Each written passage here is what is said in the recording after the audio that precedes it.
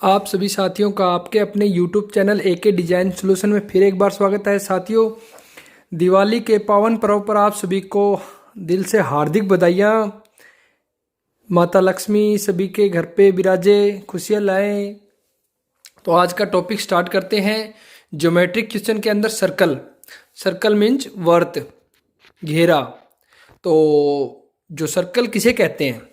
Circle या वर्त एक ऐसा बंद वक्र है जिस पर स्थित प्रत्येक बिंदु एक स्थिर बिंदु फिक्स्ड पॉइंट से मतलब केंद्र से समान दूरी पर स्थित होता है। यह स्थिर बिंदु वर्त का केंद्र कहलाता है। मतलब एक फिक्स बिंदु से निश्चित दूरी पे अगर हम गोल घूमेंगे उस पॉइंट के चारों तरफ उसके बार बार, तो वो सर्कल का निर्माण होता है उससे। तो बाहर वाली जो दिखा रखी है उसको बोलते हैं सरकमफ्रेंस, मतलब परिधि, और बीच में जो पॉइंट दिखा रखा है उसको बोलते हैं केंद्र। और भी देख लेते हैं। अब उसके बाद में आता है त्रिज्या या रेडियस। रेडियस क्या होती है? वर्त के केंद्र एवं परिधि पर के बिंदु को जोड़ने वाली रेखा त्रिज्या कहलाती है। तो नेक्स्ट इसका है कोड, मतलब जीवा। वर्त के परिधि पर स्थित किसी दो बिंदु को जोड़ने वाली रेखा जीवा कहलाती है। वर्त के केंद्र से गुजरने वाली जीवा व्यास कहलाता है। व्यास सबसे बड़ी जीवा होती है। तो जो व्यास है वो क्या होती है? सबसे बड़ी जीवा होती है वो। नंबर 4, चाप। आर्क ऑफ सर्कल वर्त का एक खंड चाप कहलाता है। जिस तरह ये वर्त का हमने कोई भी पॉइंट लगा दिए, 2 पॉइंट, ऐसे एक पॉइंट और दूसरा पॉइंट, ये जो 2 पॉइंट हैं ए और बी, ये क्या कहलाती है? चाप कहलाती है। छोटी चाप को मानेंगे तो ये सिंबल दिखा रखे हैं इसके, दोनों लघु चाप की और दीर्घ चाप की। सकेंद्रीय वर्त कॉन्सेंट्रिक सर्कल्स, सकेंद्रीय वर्त ऐसे वर्त जिनके केंद्र एक ही हो, एक ही केंद्र से विभिन्न वर्तों का निर्माण जो होता है वो सकेंद्रीय वर्त कहलाते हैं। जैसे ये सेंटर पॉइंट है, इस सेंटर पॉइंट से जितने भी वर्त बनेंगे समान दूरी पे लगा लो या अलग अलग दूरी पे, वो क्या कहलाते हैं? सकेंद्रीय। जिनका केंद्र एक हो वो सकेंद्रीय वर्त। प्रतिच्छेदी रेखा, secant of circle, secant line. प्रतिच्छेदी रेखा जो वर्त को 2 बिंदुओं पर आपस में काटती हो, प्रतिच्छेद करती हो, वो रेखा क्या कहलाती है? प्रतिच्छेदी रेखा। तो इसके अंदर जो ये वाली लाइन है ये सर्कल की प्रतिच्छेदी रेखा है। स्पर्श रेखा, टेंजेंट ऑफ सर्कल, एक सर्कल के किसी टेंजेंट को स्पर्श करती है वो स्पर्श रेखा होती है। मतलब कोई भी सर्कल है, इसके यहाँ यहाँ यहाँ कहीं भी, मतलब यहाँ से भी, यहाँ से भी, यहाँ से भी, कहीं से भी अगर मतलब टच करती हो कोई रेखा, वो स्पर्श रेखा कहलाती है।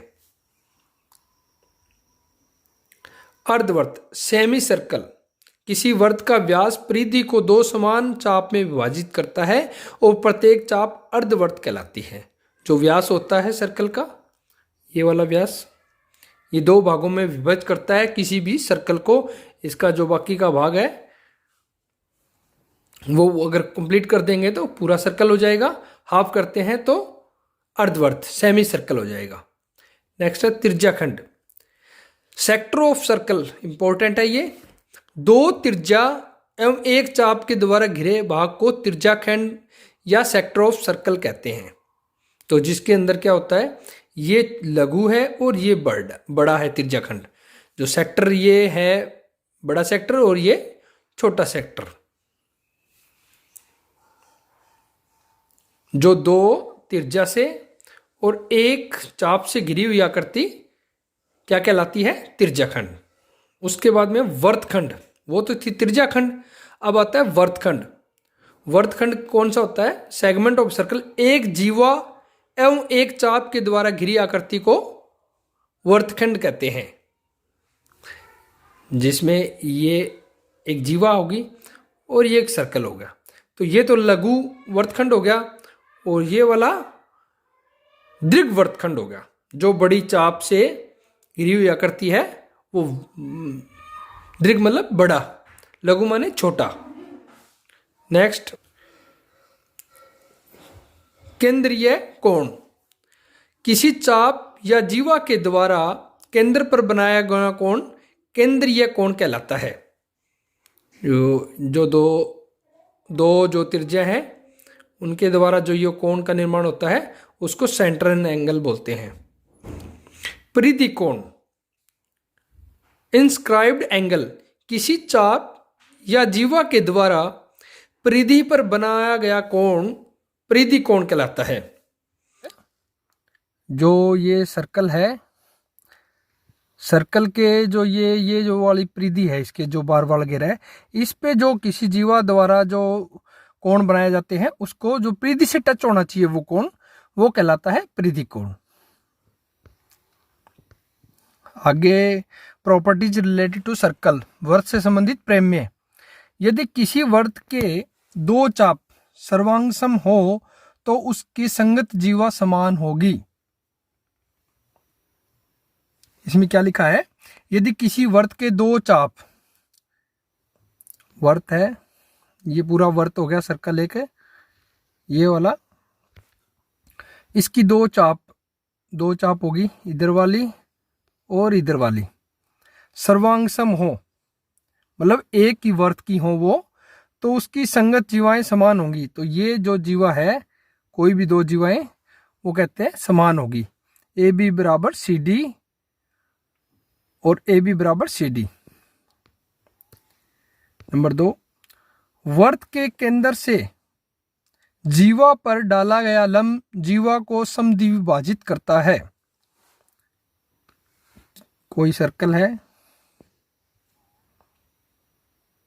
या क्या लिखा है? वर्त के केंद्र से, केंद्र है यहाँ पे कोई भी जीवा है, ऊपर वाली साइड लगा लो या नीचे वाली साइड लगा लो, यहाँ से जीवा पे लंब डालते हैं इस जीवा पे, तो ये क्या काम करता है? जीवा को दो समान भागों में व्यक्त करता है। ये जो कोण बनेंगे ये बराबर समद्विबाहु त्रिभुज का निर्माण होगा। कुछ क्वेश्चन देख लेते हैं। वर्त के केंद्र पर बना कोण होगा, तो हमें पता है कि वर्त पर जो कोण वर्त होता है ऐसे, उसके बीच में जो कोण होगा ये वाला कोण 360 डिग्री का होता है। पूरा कोण, संपूर्ण जो कोण होता है वो 360 डिग्री का होता है। तो आंसर सी इसका राइट आंसर हो जाएगा। नेक्स्ट, अर्धवर्त का कोण होता है। अर्धवर्त का कोण तो हमें अभी पीछे किया था, संपूर्ण कोण होता है वो 360 डिग्री का होता है, और अर्धवर्त का कोण, अर्धवर्त ऐसे होता है। तो ये जो कोण अर्धवर्त का कोण, ये वाला या ऊपर वाला, अगर इसको हम आगे बढ़ा देते हैं तो ये जो कोण बनेगा वो 180 डिग्री का होगा। अगर इसको भी हम आगे बढ़ा देते हैं तो ये कोण कितने डिग्री का हो जाता है? 180 डिग्री का हो जाता है। तो इसका जो राइट आंसर हो जाएगा बी, और इसका सी। नेक्स्ट है, बाह्यतः स्पर्श करने वाले दो वर्तों के उभयनिष्ठ स्पर्श रेखाओं की संख्या कितनी होती है? तो जो दो वर्त हैं, कोई दो वर्त हैं, वो आपस में टच है, मतलब यहां से ये टच है। अब ये पूछ रहा है कि दो आपस में स्पर्श करते हुए दो वर्त हैं, उनकी उभयनिष्ठ मतलब उनके ऊपर से जो बाह्य किनारों से टच होती हुई कितनी हम स्पर्श रेखाएं खींच सकते हैं। एक तो हमारी होगी ये वाली स्पर्श रेखा, और एक होगी ये वाली, और एक इधर से ऐसे। तो टोटल कितनी हो गई हमारी? 3 होगी, 1 2 और 3। तो हमारा आंसर हो जाएगा 3 स्पर्श रेखाएं हम खींच सकते हैं। तो इसका आंसर हो जाएगा राइट आंसर 3 स्पर्श रेखाएं हम खींच सकते हैं। तो नेक्स्ट क्वेश्चन जो है, 5 सेंटीमीटर त्रिज्या वाले एक वर्त के बिंदु P पर, तो 5 सेंटीमीटर वाला एक वर्त है हमारे पास, ये मान लो वर्त हो गया हमारा 5 सेंटीमीटर, और इसकी ये जो त्रिज्या है इसकी ये 5 सेंटीमीटर है। अच्छा, आगे क्या बोलता है ये, बिंदु P पर स्पर्श रेखा, यहाँ कोई बिंदु P हो गया, ये बिंदु P है, यहाँ से कोई स्पर्श रेखा ऐसे गुजर रही है, ये पॉइंट हो गया Q।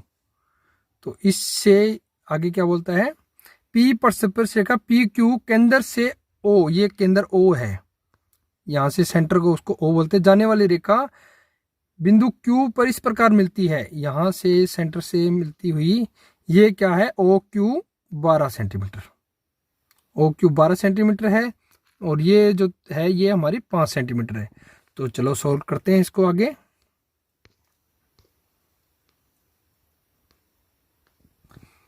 ये एक वर्त है,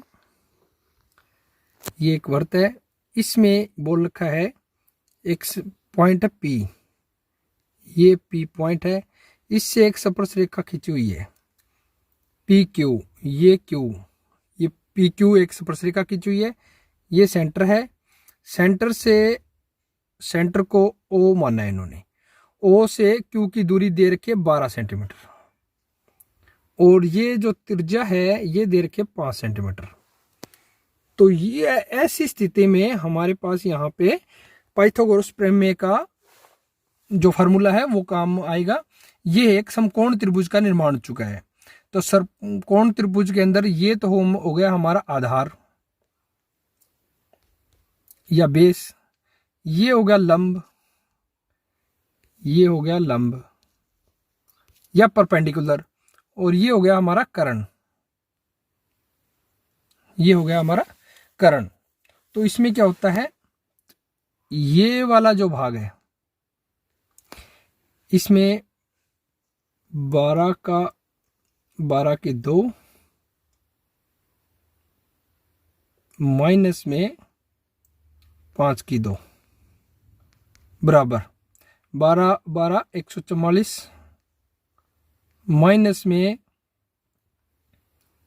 5 25 और इसके ऊपर अंडर रूट। तो इसका आंसर देखो, 13 14 में से 5 गए 9, 13 में 2 गए 3 में 2 गए 1 और 1 वर्गमूल 119। तो इसका आंसर देख लेते हैं, वर्गमूल ये वाला जो इसका है आंसर आ जाएगा ये। आज के लिए इतना ही। वीडियो कैसी लगी कमेंट में ज़रूर लिखें। नेक्स्ट वीडियो बहुत दिनों बाद आई है, ये वीडियो टाइम की थोड़ी प्रॉब्लम चल रही थी, तो आशा करते हैं जल्दी ही नेक्स्ट वीडियो लेके आएंगे। तब तक के लिए जय हिंद जय भारत।